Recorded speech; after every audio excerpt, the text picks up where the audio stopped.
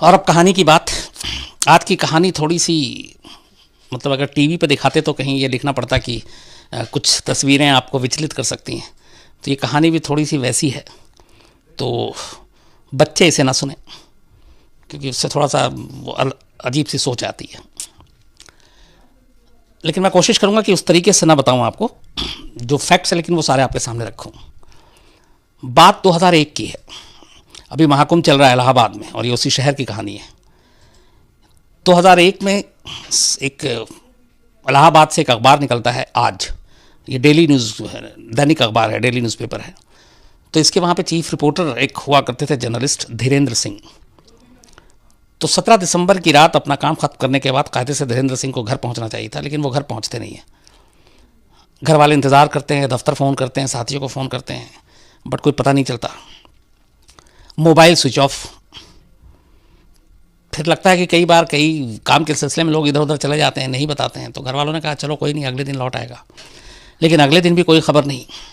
और तमाम जानने वालों से, तमाम दोस्तों से, हर एक जगह से पूछ लिया जाता है। फिर ये लगता है किसी स्पेशल असाइनमेंट पे कोई खबर पे निकले हों, तो जो बॉसेज हैं ऑफिस के वो भी बताते हैं कि ऐसा कुछ नहीं है। तो इस चक्कर में करीब 24-48 घंटे गुजर जाते हैं, धीरेन्द्र सिंह का कोई पता नहीं चलता। आखिर में थक हार कर धीरेन्द्र सिंह के घर वाले पुलिस स्टेशन में गुमशुदगी की रिपोर्ट लिखा देते हैं।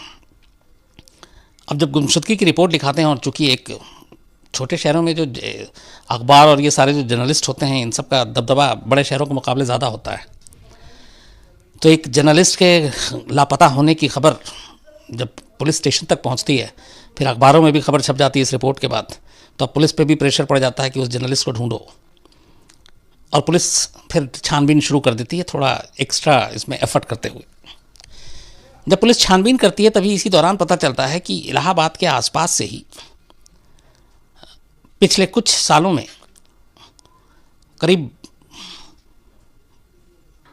15-20 लोग गायब हुए हैं, और कुछ महीनों में 2-4 गायब हुए हैं। वो सारे उन लोगों का जो प्रोफाइल था वो बहुत ख़ास नहीं था, आम लोग थे। तो शायद इसीलिए पुलिस ने भी मेहनत नहीं की उन्हें ढूंढने की, और वो केस ऐसे ही फाइलों में ही पड़ा रहा।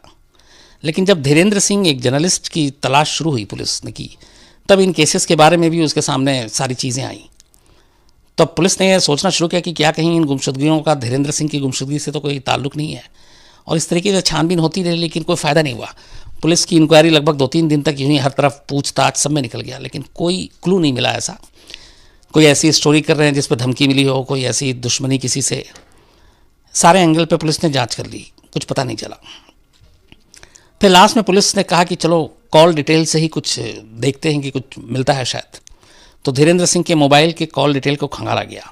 जब खंगाला गया तो उसमें एक नंबर ने पुलिस को थोड़ा सा शक दिलाया, और वो ये था कि इसलिए शक दिलाया कि धीरेन्द्र ने अपने मोबाइल से एक लैंडलाइन पे कॉल किया था, और वो लैंडलाइन का जो नंबर था वो इलाहाबाद के पास एक नैनी जगह है वहाँ का था।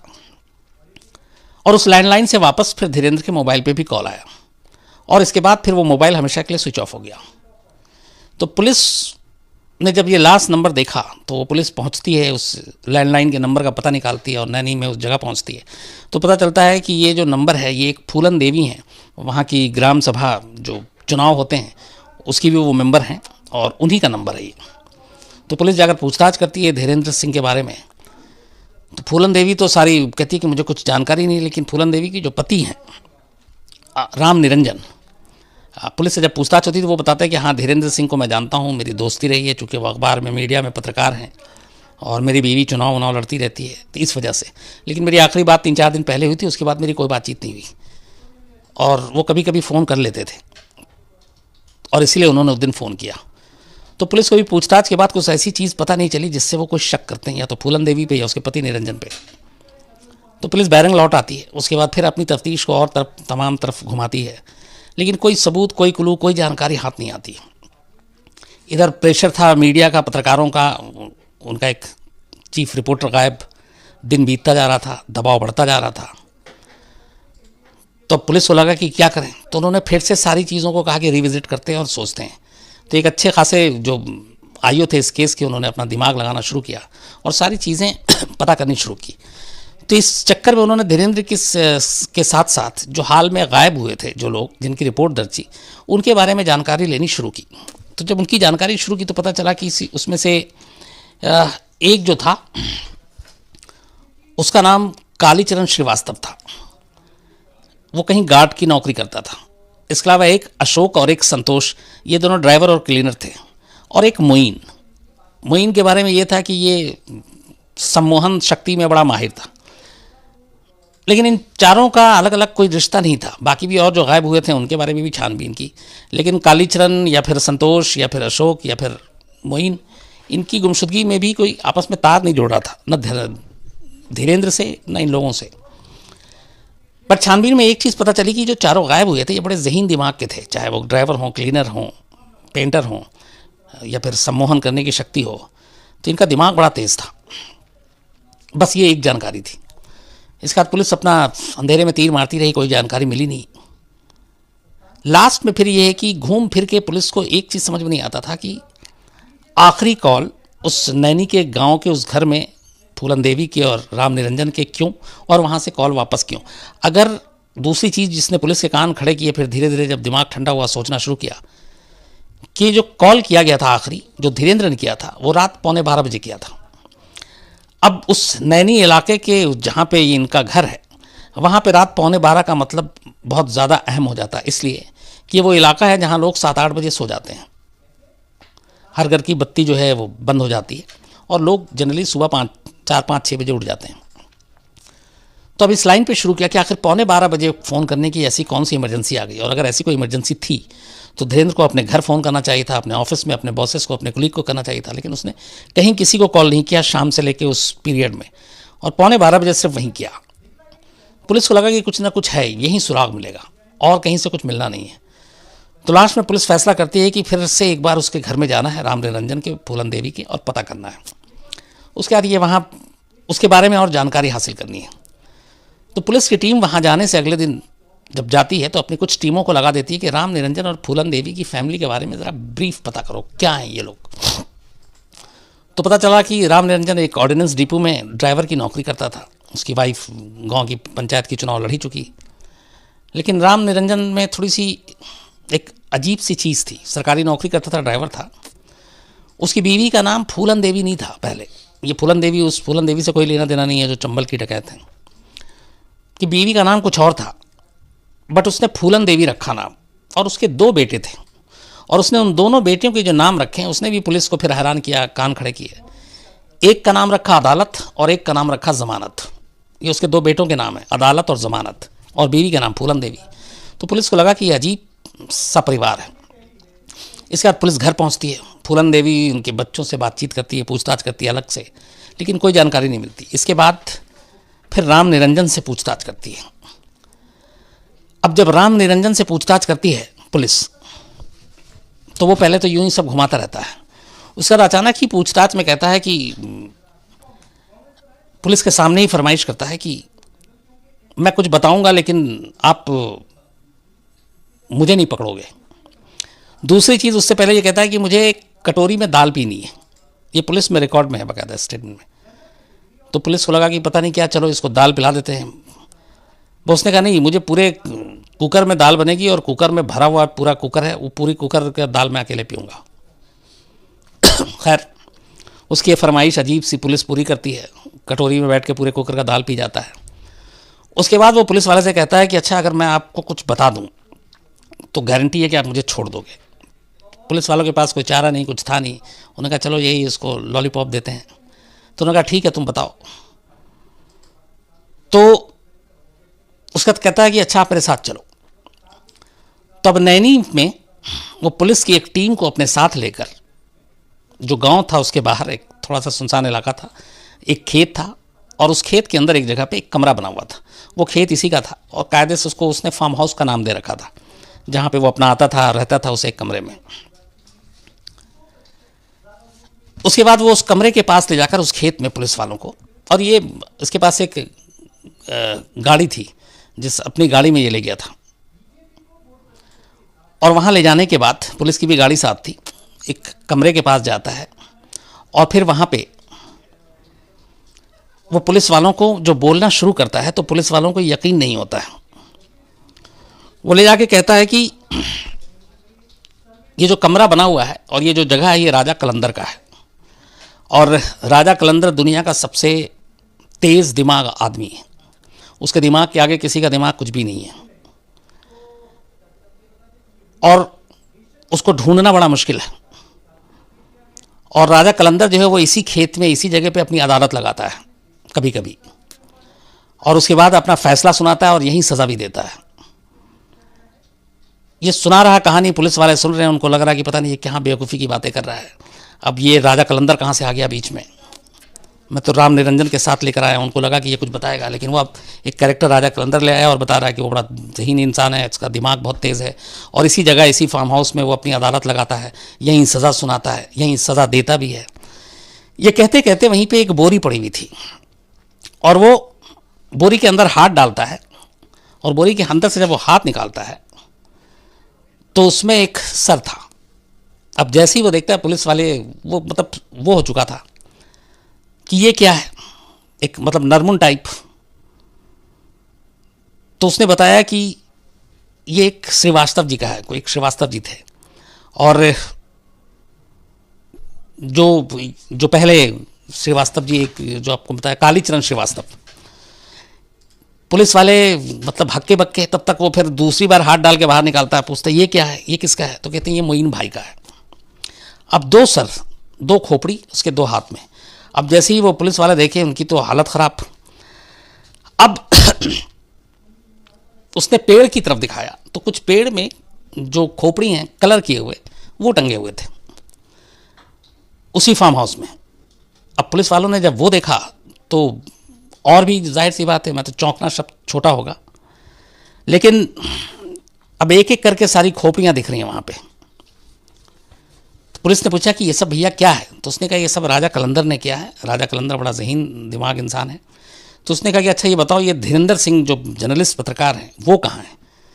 तो उसने कहा कि राजा कलंदर ने उसे भी सज़ा सुनाई, और उसे मारने के बाद उसकी जो लाश का कुछ हिस्सा है वो मध्य प्रदेश से लगता हुआ एक रीवा इलाका है वहाँ पे फेंक दिया।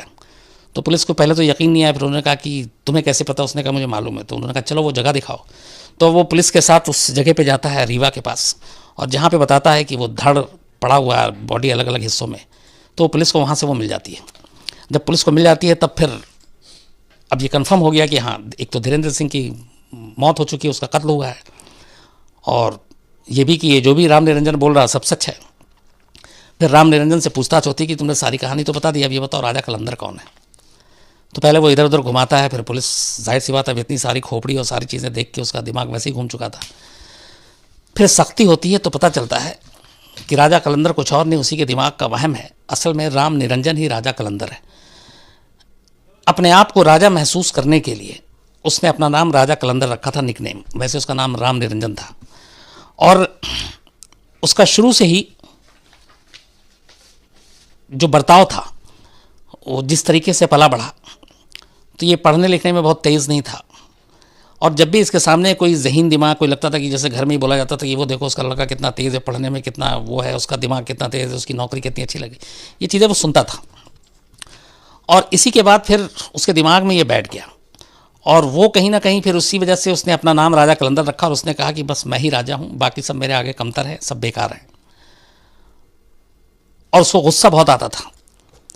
तो एक बार जो पहली बार उसने क्या कि वो कहीं जा रहा था, गाड़ी में एक से लिफ्ट मांगी, लिफ्ट दी नहीं, वो उसी का दूर का जानने वाला कोई, उसने बस गुस्से में उसको मार दिया। मारने के बाद अच्छा, हर एक को ये बुलाता था अपने खेत में, उसी फार्म हाउस में। धीरेंद्र सिंह के बारे में भी जब उसने बताया कि उसने उसको बुलाया, और उसके साथ उसका एक साला था वक्षराज, वो दोनों उसने उस दिन दिसंबर का चूँकि महीना था, ठंड थी, तो उसने धीरेंद्र को बताया कि कुछ काम है, कुछ खबर देनी है। आग के पास बैठा दिया, बोला आग सेको जब तक। तो आग सेकने पे ध्यान था, तब तक पीछे से वक्षराज आता है, उसने देसी कट्टे से उसको गोली मारी तो वो गिर गया। इसके बाद इन दोनों ने मिलकर उसका सर काटा, सर अलग किया, और बाकी की जो बॉडी है ले जाकर फेंक दी, और सर वहीं पे अपने पास रखा। तो इसके बाद जब लिफ्ट नहीं थी फिर उसको भी मारा यहाँ लाकर, फिर उसके सर धड़ से अलग किए। धड़ को ये अलग अलग जगहों पे फेंक देता था या फिर उसी खेत में दफना देता था, लेकिन सर को कभी फेंकता नहीं था। ये हर सर के ऊपर बाद में एक तो पहले इसका ये था कि इसने एक किस्सा सुनाया पुलिस वाले को कि एक कायस था, तो उसको ये था उसके दिमाग में कि कायस लोग जो है जात के वो बहुत ब्रिलियंट होते हैं, दिमाग के बड़े तेज़ होते हैं। तो उसने सिर्फ इसलिए कि ये कैसे तेज़ होते हैं दिमाग के, एक कायस को उसने बुला किसी तरह मारा, उसकी बॉडी सब फेंक दी। उसके बाद उसके सर से वो जो उसका मेन था, सर इसलिए रखता था कि एक तो उसका ब्रेन का जो है वो सूप बनाता था और वो पी जाता था कि इससे मेरा ब्रेन तेज़ होगा। और उसने लगभग ऐसे ही किए सारे के साथ। और उसके बाद जो खोपड़ी होती थी उसको वो कलर कर देता था और उसके ऊपर बाकायदा ना लिखता था, ये कायस्थ की है, ये मुस्लिम की है, ये पंडित की है। जितनी खोपड़ी थी उस पर रिटर्न में सब हिंदी में लिखा हुआ था। और उसके बाद उनको वो उसी फार्म हाउस में वहाँ पे पेड़ पे टांग के रखता था। जब ये सारा खुलासा हुआ, पुलिस के पैरे तले ज़मीन निकल गई। फिर पुलिस ने घर में तलाशी ली तो इसके घर से एक डायरी मिली। उस डायरी में 14 पन्ने भरे हुए थे, बाकी के आगे के खाली थे। और जो 14 पन्ने थे उन हर पन्नों में सिर्फ 2 ही चीज़ें थी, एक नाम लिखा होता था, जाति लिखी होती थी और क्रॉस मार्क होता था। तो उस डायरी में 14 नाम थे और 14 के 14 के आगे क्रॉस थे। तो इसका मतलब था कि उसने 14 कत्ल रिकॉर्ड पे किए। जो पहला नाम था वो कालीचरण श्रीवास्तव का था और जो 14वां नाम था वो धीरेन्द्र सिंह का था, जो जर्नलिस्ट आज के अखबार के। हालांकि पुलिस से पूछताछ में उसने कहा कि करीब उसने 30 लोगों को मारा है। पुलिस ने उसके कहने पे बहुत जगह पे सारी वो भी की, लेकिन कोई इतने 30 के सबूत मिले नहीं, क्योंकि उसने जो डेट बताया था वो बताया था 92 से 2000 के बीच उसने ये सारे चीज़ों को अंजाम दिया। 2001 में धीरेन्द्र सिंह को उसने मारा और धीरेन्द्र सिंह को मारने की जो वजह थी वो बाकी 13 से अलग थी। उसने कहा कि कहीं ना कहीं उसे शक हो गया था कि धीरेन्द्र सिंह उसकी इस जो किलिंग है उसके बारे में उससे कुछ भनक लग गई, उसे जानकारी मिल गई है, तो वो उसका भांडा फोड़ कर देगा, अखबार में खबर छाप देगा। इस डर से उसने धीरेन्द्र सिंह को अपने रास्ते से हटाया। वरना बाकी के लिए उसका सिंपल यही था कि इन लोगों का दिमाग तेज़ है, इसीलिए जो उसने ड्राइवर और क्लीनर को मारा था उनका दिमाग बहुत तेज़ था। जो मईन को मारा था उसके सम्मोहन की शक्ति से वो बड़ा प्रभावित था कि इसका दिमाग तेज़ है।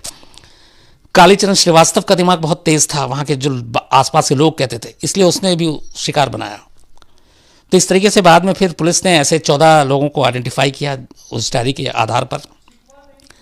फिर मुकदमा चला, 2001 में ही चार्जशीट दाखिल की गई और करीब 11 साल तक मुकदमा चलने के बाद निचली अदालत ने 2012 में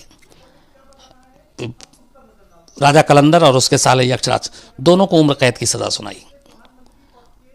हालांकि 14 कत्ल के मामले थे, लेकिन उसके बाद और अजीब कत्ल था, जो मतलब एक तरह से ये आदमखोर था।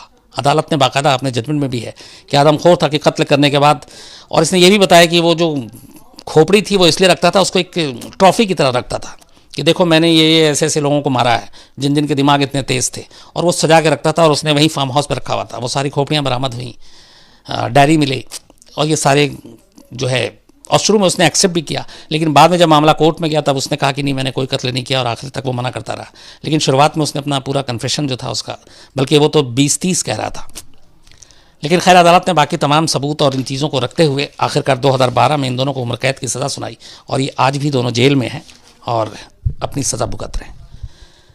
सीरियल किलिंग की कहानी बहुत सारी ऐसी है, लेकिन ये इसलिए डिफरेंट है कि ये पुलिस के भी हिसाब से, अदालत के भी हिसाब से बेवजह कत्ल करने के लिए कोई वजह होनी चाहिए, इसके लिए कोई वजह, कोई दुश्मनी कुछ नहीं थी। ये सिर्फ अपनी दिमागी फितूर के लिए कि मेरा दिमाग तेज़ हो और मैं वाकई राजा कलंदर की तरह राजा बनूं, बहुत शक्तिमान बनूं, और मेरी बुद्धि, मेरे दिमाग के लोग कायल हों और उसके आगे कोई टिक ना पाए, सिर्फ इसलिए लोगों का कत्ल करता था और उनके फिर ब्रेन का सूप बनाकर सुबह सुबह पीता था और उनके सर को जो है वो ट्रॉफी की तरह अपने फार्म हाउस में रखता था। ये थी कहानी राजा कलंदर उर्फ राम निरंजन की। अब इससे जुड़े हुए कुछ सवाल दीपक। दिव्यांशु राज जी पूछ रहे हैं, अगर वो सर लटका देता था तो किसी को खेत में सर दिखता नहीं था क्या? उसकी फैमिली को इसके बारे में पता था? इसमें एक चीज़ और थी कि जब वो जो खोपड़ी लटकाता था तो वो फ़ौरन ताज़ा नहीं, जैसे आप देखेंगे मेडिकल स्टूडेंट्स या फिर बाहर में आजकल जैसे महाकुंभ ही चल रहा है प्रयागराज में, तो बहुत सारे इस तरह के नरकंकाल रखते हैं तो असली और नकली का पता नहीं चलता। तो ये उस तरीके से, और उसको एक तो पेंट कर देता था वो अलग अलग कलर में, ग्रीन, ब्लू, वाइट, रेड, इस तरीके से, तो वो पता। दूसरा वहाँ पे आम लोग कोई मिलने जुलने जाता नहीं था और वो पेड़ों में ऐसा उसने रखा हुआ था कि वो आप वहाँ पे कोई जाए ध्यान से देखे तो पता चले, और वो प्राइवेट प्रॉपर्टी तो कभी कोई गया नहीं, किसी ने देखा नहीं। और घर वालों को इसकी भनक नहीं थी। मतलब इस पूरे मामले में उसकी वाइफ जो है फूलन देवी और दोनों बच्चे, उनको किसी को जानकारी नहीं थी। लेकिन हाँ, बाद में फिर उसकी बीवी ने भी एक बयान दिया था कि थोड़ी सी उसके दिमागी उसको लेकर उससे भी होता था कि अब एक अच्छी खासी बीवी का नाम उसको बदल के उसने फूलन देवी किया। 2 बेटे पैदा हुए तो एक का नाम अदालत और एक का ज़मानत। वो इसलिए कि वो खुद को राजा मानता था और उसका ये था कि अदालत भी उसकी, ज़मानत भी वो देगा, सज़ा भी वो देगा, सुनवाई भी वो करेगी। ये उसकी पूरी सोच थी। सर फ़हीम मंसूरी जी का सवाल है और कई लोगों का सवाल है कि सम्मोहन शक्ति को आप थोड़े से आसान शब्दों में बता सकें तो क्या चीज़ है? असल में मतलब ये कहते हैं कि किसी को अपने बस में कर लेने की बात होती है। वो आँखों के ज़रिए कुछ ऐसा होता है, लेकिन मुझे डिटेल में बहुत इसकी जानकारी नहीं है। इसको हिप्नोटाइज कहते हैं शायद, है ना? हिप्नोटाइज कर देना। हाँ, हिप्नोटाइज कर देना। ऐसे कुछ गैंग दिल्ली में हैं और मुझे मतलब यकीन नहीं होता, लेकिन इतनी सारी क्राइम हो चुकी कि ऐसा गैंग काम कर रहा था कि एक बूढ़ी औरत जा रही है और अचानक एक सामने से लड़का आया और उसने नमस्ते किया और उसने कहा कि ये आप सब मुझे उतार के दे दीजिए, और उस औरत ने सब कुछ उतार के दे दिया और उसको कोई एहसास नहीं, और वो लेके चला गया। थोड़ी देर के बाद फिर अचानक वो होश में आती हैं, मतलब चलते ही ये होश गुम है, और फिर कहती हैं कि ये क्या हो गया, मैंने तो किसी को दे दिया। तो ये एक तरह का सम्मोहन है और शायद ये कहीं मतलब एग्जिस्ट भी करता है साइंस में भी। लेकिन ऐसा एक गैंग दिल्ली में अभी हाल में, मतलब लास्ट ईयर 2018 की और 17 की बात बता रहा हूँ, काफ़ी एक्टिव था और उसने कई ऐसे विक्टिम आए जिन्होंने पुलिस को बयान दिया कि एक घर में आया, उसने दरवाज़ा खटखटाया, मुझसे पानी मांगा, उसके बाद अचानक कहता है ये चीज़ें आप दे दीजिए, और वो दे दिया। और ये बाकायदा उनके कैमरे पर रिकॉर्ड इंटरव्यू है। तो उन्होंने कहा हमें कुछ एहसास ही नहीं, हमें कुछ पता ही नहीं चला। तो मतलब ऐसी चीज़ें शायद होती हैं। सर आशीष सोनी जी का सवाल है सर, वो क्या किसी बीमारी का शिकार था या समाज के ताने बाने ने उसे पागल बना दिया था? नहीं, पुलिस ने इस बारे में, देखिए एक तो 2 चीज़ें थी। एक केस बड़ा नाजुक हो जाता अगर जैसे ही पता चले कि ये दिमागी संतुलन ठीक नहीं था, ये दिमागी रूप से बीमार था, तो फिर अदालत आप उसको सज़ा देने में थोड़ी सी नरमी बरतती है और कई मुजरिम इसका फ़ायदा उठाते हैं। तो पुलिस ने उसके सारे टेस्ट कराए थे, सब कुछ था, वो बिल्कुल अच्छी खासी सरकारी नौकरी कर रहा था, ड्राइविंग करता था, ड्राइवर था और ऑर्डिनेंस फैक्ट्री में काम कर रहा था। तो उसके कोई ऐसे लक्षण नहीं थे जिससे वो दिमागी रूप से बीमार दिखे। हाँ, बस एक वो था उसके अंदर कुछ जिसकी वजह से वो बेवजह लोगों को मारता था। सर जेपी पटीदार जी का कहना है कि राजीव दीक्षित की जो जांच दोबारा पीएम ने कराने की कही है, तो इस पर आपका क्या विचार है? देखिए अभी तो शुरुआत है। अब हालांकि जांच दोबारा होगी तो फिर मैंने इसकी आपको पहले बताई थी कि जांच करने के लिए बाकी सारे गवाह और बाकी चीज़ें तो मिलेंगी, लेकिन कोई विटनेस तो है नहीं। लेकिन सबसे बड़ी चीज़ जिससे आप नतीजे पे पहुंच सकते हैं, पोस्टमार्टम हुआ नहीं, तो जब पोस्टमार्टम हुआ नहीं, पोस्टमार्टम रिपोर्ट है नहीं, तो अब इतने सालों बाद कौन कैसे तय करेगा या फैसला लेगा कि वो दिल का दौरा था या जहर से मौत हुई थी, क्योंकि कुछ तो है ही नहीं। तो अब जो भी है, या तो कोई ऐसा विटनेस आए जिसके, अगर ये मर्डर है तो सामने उसका मर्डर हुआ है और वो प्राइम विटनेस हो, तब तो समझ में आता है। लेकिन मुझे उम्मीद कुछ भी नहीं है, इसलिए कि पोस्टमार्टम इसमें हुआ नहीं, पोस्टमार्टम रिपोर्ट कोई है नहीं, तो किस बेस पे आप बताएंगे कि ये नेचुरल डेथ था या फिर ये मर्डर था। सर आकाश तिवारी जी कह रहे हैं कि सर मैं इलाहाबाद से हूँ, ये घटना मेरे बगल की है और आपने कहा था कि आप कुंभ मेले में आएंगे और हमसे ज़रूर मिलेंगे, तो आपसे मिलना चाहते हैं। आकाश जी, मैं पक्का जब भी आऊँगा ज़रूर मिलूँगा आपसे इलाहाबाद में। अभी तो बहुत भीड़ है इलाहाबाद में और इतने लाखों लोग पहुँच रहे हैं, तो कभी तसल्ली से आपके पास आता हूँ। Thank you. सर अखिल दुबे जी का सवाल है सर, अगर आपसे पूछा जाए कि आपको 5 ऐसे बड़े अपराधियों की सूची बनानी है जो अब भी भारत के सबसे बड़े अपराधी हैं, जो पुलिस की पकड़ से भी दूर हैं, तो आप किन किन का नाम देंगे? ऐसे तो बहुत सारे भरे हुए हैं, लेकिन अगर मैं एग्जैक्ट करके तो नाम नहीं बता सकता, लेकिन एक नाम तो बता ही सकता हूँ सीधे पहला, और वो है डी कंपनी के CEO दाऊद इब्राहिम। जाहिर सी बात है, हमारे लिए सबसे बड़ा सरदर्द 93 से भागा हुआ, और उसको पकड़ के लाना एक मतलब एक अभी तक तो नाकाम कोशिश ही है। लेकिन दाऊद के आने से बहुत सारे भांडे फूटेंगे हिंदुस्तान में, जो बाकी नेक्सस है उसका भी पर्दाफाश होगा। सर विष्णुदेव चौरसिया जी का कहना है, सर प्रणाम, मेरा नाम विष्णुदेव है, क्या जेल में बंद कैंडिडेट अगर इलेक्शन जीतता है तो उसकी सज़ा कम होती है, और जेल में बंद कैंडिडेट को इलेक्शन कमीशन क्यों अलाउ करती है इलेक्शन के लिए? विष्णु जी, ऐसा कुछ नहीं है कि जेल में अगर कोई कैदी रहते हुए इलेक्शन जीतता है तो सज़ा कम नहीं हो सकती, क्योंकि वो कानून का अपना काम है सज़ा देना। हाँ, अब तो खैर दूसरा कि अगर आप सज़ा याफ्ता हैं तो आप तो चुनाव लड़ ही नहीं सकते, लेकिन आपके ऊपर मुकदमा चल रहा है, आप अभी विचाराधीन कैदी हैं, अदालत का फैसला नहीं आया, तो आप चुनाव लड़ सकते हैं और जीतते हैं, तो आपके उस केस से उसका कोई लेना देना नहीं है। बस ये होता है कि कई बार स्पीकर की स्पेशल इजाज़त के साथ आप लोकसभा या विधानसभा की कार्रवाई में जाकर हिस्सा ले सकते हैं। बाकी आपके जुर्म या आपके उस जुर्म के लिए कितनी सज़ा होगी उसका इससे कोई मतलब नहीं है। सर जगदीश पटेल जी का कहना है कि हिप्नोटाइज एक साइंस है जो रियल में होती है, लेकिन ये सब पर काम नहीं करती है।